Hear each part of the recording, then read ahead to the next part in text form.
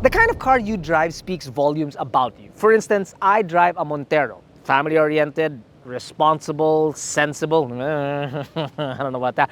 Earl drives a Civic, which means he's a wannabe racer, and also that other term that you use for Civic drivers. Jack, on the other hand, drives an Ad Resort. He's a little bit different, really, but we absolutely love him. Now, if you're an outdoorsy person and you like to keep up with the latest of tech, but you prioritize efficiency above everything else, could the BAIC B30e Dune Hybrid be the car for you? Find out on this episode of Behind the Wheel.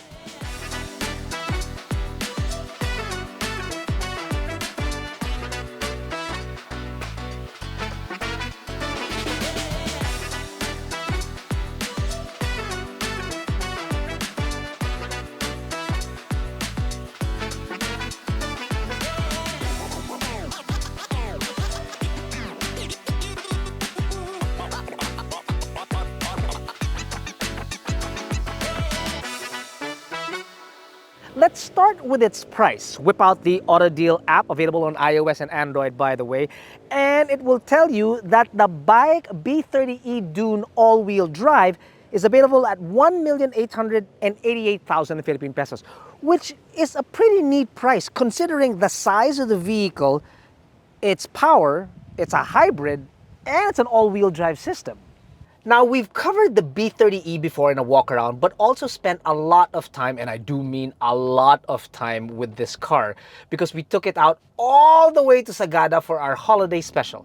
So now we'll give you all the things we like and dislike about the car. So we'll go through it now, starting with the exterior. The retro futuristic look is definitely a head turner. It's got a look up front that I couldn't describe with any other word but stoic. The large 19-inch wheels are a nice touch and give the B30e a ground clearance of 215 millimeters, which we never had an issue with on our trip to Sagada. Don't mind the accessories around the car as they are not standard, but if it does interest you, contact a BAIC dealer through the AutoDeal app and I'm sure they can set you up with it. At the rear, it's very clean and free of any over-styling, but these taillights are a bit extra in a good way. When you unlock the car, the lights around do a little dance, which is pretty neat. There isn't much out there that has a setup similar to this in its price range. Like, for instance, you have the GWM Haval H6, BYD Sea Lion 6, or the more expensive Hyundai Tucson Hybrid. But all of these are not all-wheel drive. So I guess you can say the B30e is a bit unique in that regard. Open the power door with a push of a button, which I like very much, although it does take a business day for it to fully open. Large compartment in the rear, good enough for one balikbayan box and maybe even more than just an overnight bag there. I like it. Not exactly a fat lip. There is a bit of a pull up to it, but hey, for the most part of it, it's flat, especially when you fold the second row. And when you do, you're looking at almost 1,500 liters of space, which you can push balikbayan boxes in very, very easily. Fit two back there, plus one back here. There is also a 12-volt socket that is found here at the rear, as well as a 220-volt outlet, which is kind of useful too, especially when you want to charge batteries and whatnot. However, there is a bit of somewhat of a downside. See, when you want to maximize the space by folding the second row, you have to lift the seat first and then tumble the backrest. So it's a two-step process that really, it's a bit much, but glad that it's very, very flat, so loading stuff is easy. Ingress and egress isn't the best because while the door does swing quite wide, it's very, very thick. Right? So it limits the amount of space. That's one. And then second is that in a car that's pretty low to the ground, there is a step board, which you'd think would have been great. But unfortunately, when you step inside the vehicle, you get your leg caught and it hits and you can get all dirty and stuff, and I just don't like it. That's just my way of saying I'm short, because a taller person wouldn't have any problems with that, really. Okay, get inside the vehicle. Seats, very, very comfortable. You have a lot of space back here. Elbow room, you have headroom, leg room, no center tunnel. So 3 passengers, no issues. Really great. While the seats are comfortable, they're soft, they're forgiving. They're better for inside the city. Now, once you start going off-road or a little bit racy around turns, then you're gonna want a little bit more bolstering in this car, as we figured out on our way up to Sagada, because we were swaying back and forth. Toys back here include obviously a share of the panoramic roof, followed by 2 air vents in the center. Then underneath that, a USB charging point, Type C, mind you, a center armrest with 2 cup holders, and then you've got bottle holders on either door. And I mentioned this on the walk around, I really do like the handles inside this vehicle. Look at that. It just seems so robust. What's cool though, and completely unexpected, is the amount of legroom that you have. Look, you'd think that that was my driving position. That's Jack's driving position. And yet, look at the amount of room that I have. Look, check this out. This is Jack behind himself. Look at this. Jack. Right? It's so roomy. That's your driving position. I like the way you're saying right. It's not as if I was here in the back for like 20 hours. No, you were there for like 16. Oh, okay. On to the business end of the B30e Dune. I'm going to get myself into my driving position because that was Jack's driving position. Man, you got long legs. Anyway, we'll start the engine, or the motor for that matter. Just turn the air conditioning on. It's quiet. We can do that. You have a nice 10-inch screen directly in front of you. It's colored and it displays all the information that you need. It's controlled by the buttons and the knobs that you find on, or rather the wheels that you find on the steering wheel. It's just reminiscent of a Tesla, really. They work well. You have a telescopic steering and the seats are powered. So on long drives, it would be great when you're switching drivers because you can easily get into your own proper driving position. Although when we did drive to Sagada, I did most of the driving. I'm not trying to say that you guys didn't do your part. It's just that I did. I did the navigating. I did most of the part. Oh, speaking of navigating, okay, here we go. This is a very large 14-plus-inch screen. It's gorgeous. It's got great cameras and whatnot. Works well. It has all your functions there. Your audio and air controls are unfortunately found inside, which Jack is a little bit off by. But what takes us off really is that this system does not have Apple CarPlay or Android Auto. The operative term there is yet. Now, when we did the walk around, BAIC did say that they're going to supply it with either Apple CarPlay or Android Auto, and we're kind of hoping that they will eventually soon, because I think that a lot of people will be looking at this car. For everything else, it's actually got a lot of textures, feels good. The dashboard is soft, and then you've got textures here in front and even more textures here on the handle. This part right here can actually hold a cell phone. I don't know, Jack used to do that on the trip. Speaking of cell phone, you have a wireless charging point found right there. Cup holders found here. More space here in the center. This is your gear lever, and this is your drive mode selector and your electronic parking brake. Also, this is a bit much and I'm gonna need your help. They accessorized this car so much that they even added parcel hooks here in front of the driver and the front passenger. Now, I'm kind of wondering, what exactly are you going to hang up there? Please let me know in the comments below if you have any ideas, because I'm baffled. Overall, the design in here and the look in here lends itself very well to the retro futuristic look that it has going on the design outside. So it blends, it meshes very, very well. Also, one last thing, your cruise control is found here on the stock right here, which is a radar adaptive cruise control, and it works really well. I used it a lot heading up to Sagada, especially on TP Lex. Speaking of TP Lex, and no. What? I'm sorry, I didn't mean to traumatize you that way. No, we're not going back to TP Lex. But we are going to go out for a drive to tell you what this car feels like when it is on the road. But before we do, please consider subscribing to our channel, because we create all these videos so that Jack can finally fix his ad resort. What's an ad resort? It's a Japanese El Camino.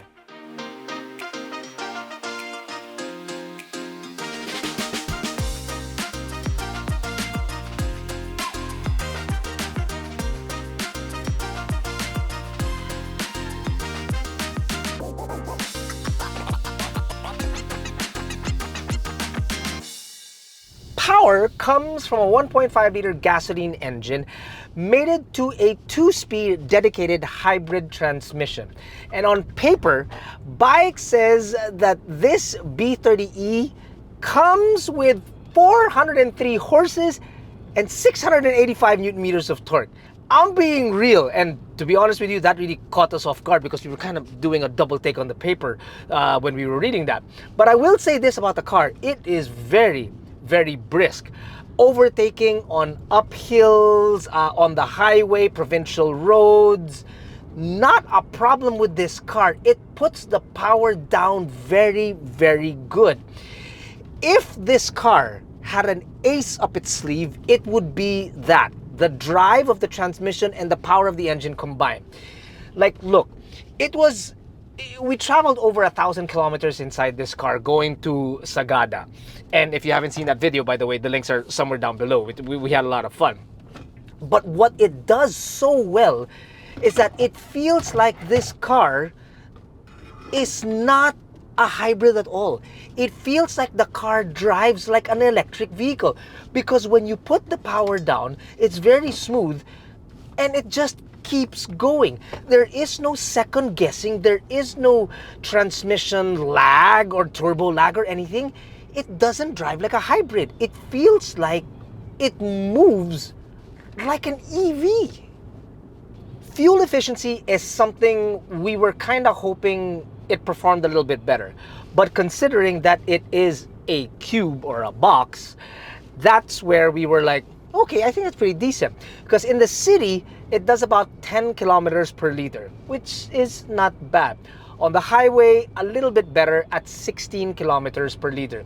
Here's the thing though, when we hit Sagada, now that's 1,000 kilometers, and that's 3 boys being boys driving the car a little spiritedly, so to speak. We were averaging 15 kilometers per liter.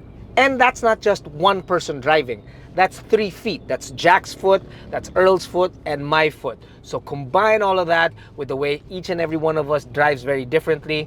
I think 15 kilometers per liter up and down the mountain of Sagada and back into Metro Manila is pretty darn good. Oh, and on a side note, does anybody know why it's so traffic in La Union on a Monday? No, on a Tuesday morning. What's going on? There is a huge downer though. The amount of wind noise that is created by this vehicle is just amazing, really. You've got the roof rails up on top, which already add noise, and then you've got the box located on the right-hand side and the ladder on the left-hand side that create even more wind noise from its resistance. Now, I don't think that this car needs those accessories. Yes, as we showed you, you can definitely use the roof rail, but it's a flex. It's too much of a flex, and it's really unnecessary. And to me, if you got rid of them, the car would be that much better because it wouldn't create so much wind noise at 60 kilometers per hour and then some. It's just, imagine that noise driving to Sagada. That's a 12-hour drive, man. Woo! But I will say this though, inside the city, oh yeah, it's very, very quiet. Even with the engine running, super quiet. And then when that kills off and then you're just running on EV, yeah, that's like stealth mode, man. The suspension is, well, it's a bit of a mixed bag, really. It's pliant and soft riding, great for most road conditions that you're going to be driving on. Light provincial roads like this, inside the city, EDSA, the main thoroughfares of Cebu and Davao, sure, no problem. It's when you get to more bumpy, off-roady type of things that it's a little too soft. You want something to sort of like be more supportive so that there's not a lot of jiggling around or bouncing around inside the car. And also, when you get a little bit spirited driving on twisties and whatnot, that's when the body roll starts really kicking into play, and you really want something a bit more firm to sort of like hold you in play. But despite that, taking corners was a lot of fun. And trust me, we know what we're talking about because we did nothing but take corners on this thing for a combined like 6 hours. The power gets put down very, very well. And the grip is great too. Not once did these tires screech with Jack's heavy foot driving going down and up the mountain of Sagada. It really was a lot of fun to drive because of the all-wheel drive system. If there is one thing to complain about, is that the steering feel does feel not a bit numb, it's quite numb. After about 1,000 kilometers traveled and 40 hours behind the wheel, you can't help but really rave about the power and how it's put down into the transmission. It's really great. And the all-wheel drive system, good too. It's just that I wish that the steering and the suspension just did it justice. It was so close, so close.